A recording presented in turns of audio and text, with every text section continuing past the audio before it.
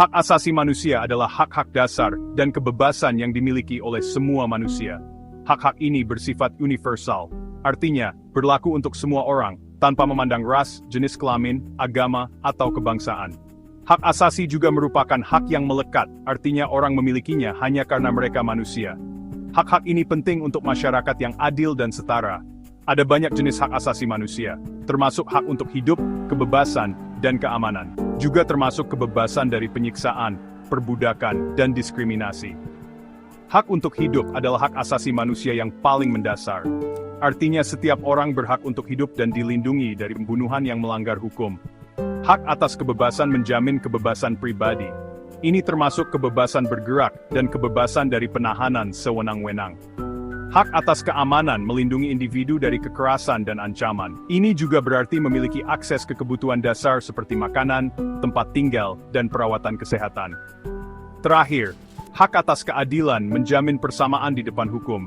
Ini memastikan perlakuan yang adil dan kesempatan untuk mencari pemulihan atas pelanggaran. Hak-hak ini saling terkait dan saling bergantung. Artinya, pelanggaran satu hak seringkali memengaruhi penikmatan hak lainnya. Gagasan tentang hak asasi manusia memiliki sejarah yang panjang dan kompleks. Contoh awal deklarasi hak asasi manusia dapat ditelusuri kembali ke peradaban kuno. Salah satu tonggak penting adalah Magna Carta pada tahun CD 12. Dokumen Inggris ini membatasi kekuasaan raja dan menjamin hak-hak tertentu kepada rakyat. Berabad-abad kemudian, era pencerahan melihat munculnya gagasan filosofis penting tentang hak-hak alami. Ide-ide ini memengaruhi revolusi di Amerika dan Prancis. Deklarasi Kemerdekaan Amerika pada tahun 1776 menyatakan bahwa semua manusia diciptakan sama dan diberkahi dengan hak-hak tertentu yang tidak dapat dicabut. Demikian pula, Deklarasi Hak Asasi Manusia dan Warga Negara Prancis pada tahun 1989 menegaskan prinsip-prinsip kebebasan, persamaan, dan persaudaraan. Namun, baru setelah Perang Dunia Kedua, masyarakat internasional secara resmi mengakui pentingnya hak asasi manusia.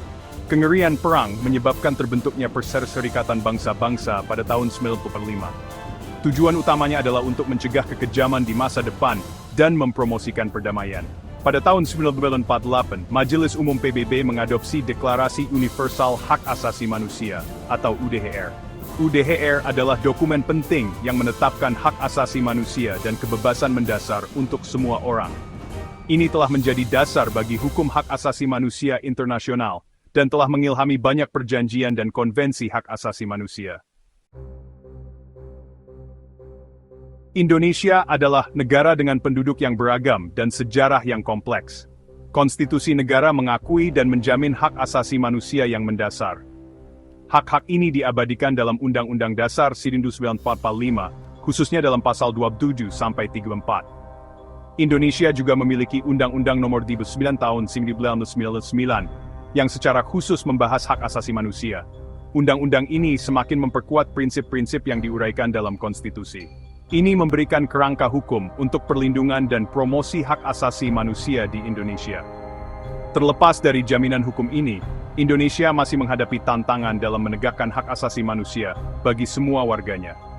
Diskriminasi berdasarkan etnis, agama, dan jenis kelamin masih terjadi di beberapa daerah. Kekerasan terhadap perempuan dan anak tetap menjadi perhatian serius. Selain itu, kebebasan berekspresi tidak selalu sepenuhnya dihormati. Pemerintah telah mengambil langkah-langkah untuk mengatasi masalah ini. Namun, masih banyak yang harus dilakukan untuk memastikan bahwa semua orang Indonesia dapat menikmati hak asasi mereka sepenuhnya. Melindungi dan mempromosikan hak asasi manusia adalah tanggung jawab bersama. Pemerintah, organisasi masyarakat sipil, dan individu semua memiliki peran untuk dimainkan. Pemerintah memiliki tanggung jawab utama untuk melindungi hak asasi manusia. Mereka harus membuat undang-undang dan kebijakan yang menjunjung tinggi hak-hak ini. Mereka juga harus memastikan bahwa undang-undang ini ditegakkan secara adil dan tidak memihak. Organisasi masyarakat sipil memainkan peran penting dalam memantau pelanggaran hak asasi manusia. Mereka melaporkan pelanggaran, mengadvokasi korban, dan meminta pertanggungjawaban pemerintah. Individu juga memiliki tanggung jawab untuk menghormati hak asasi orang lain. Mereka harus memperlakukan semua orang dengan bermartabat dan hormat, terlepas dari latar belakang atau keyakinan mereka. Bersama-sama, kita dapat bekerja untuk menciptakan dunia di mana hak asasi setiap orang dihormati dan dilindungi. Ini membutuhkan upaya, pendidikan, dan dialog yang berkelanjutan. Dengan mempromosikan budaya hak asasi manusia, kita dapat membangun masyarakat yang lebih adil dan setara untuk semua.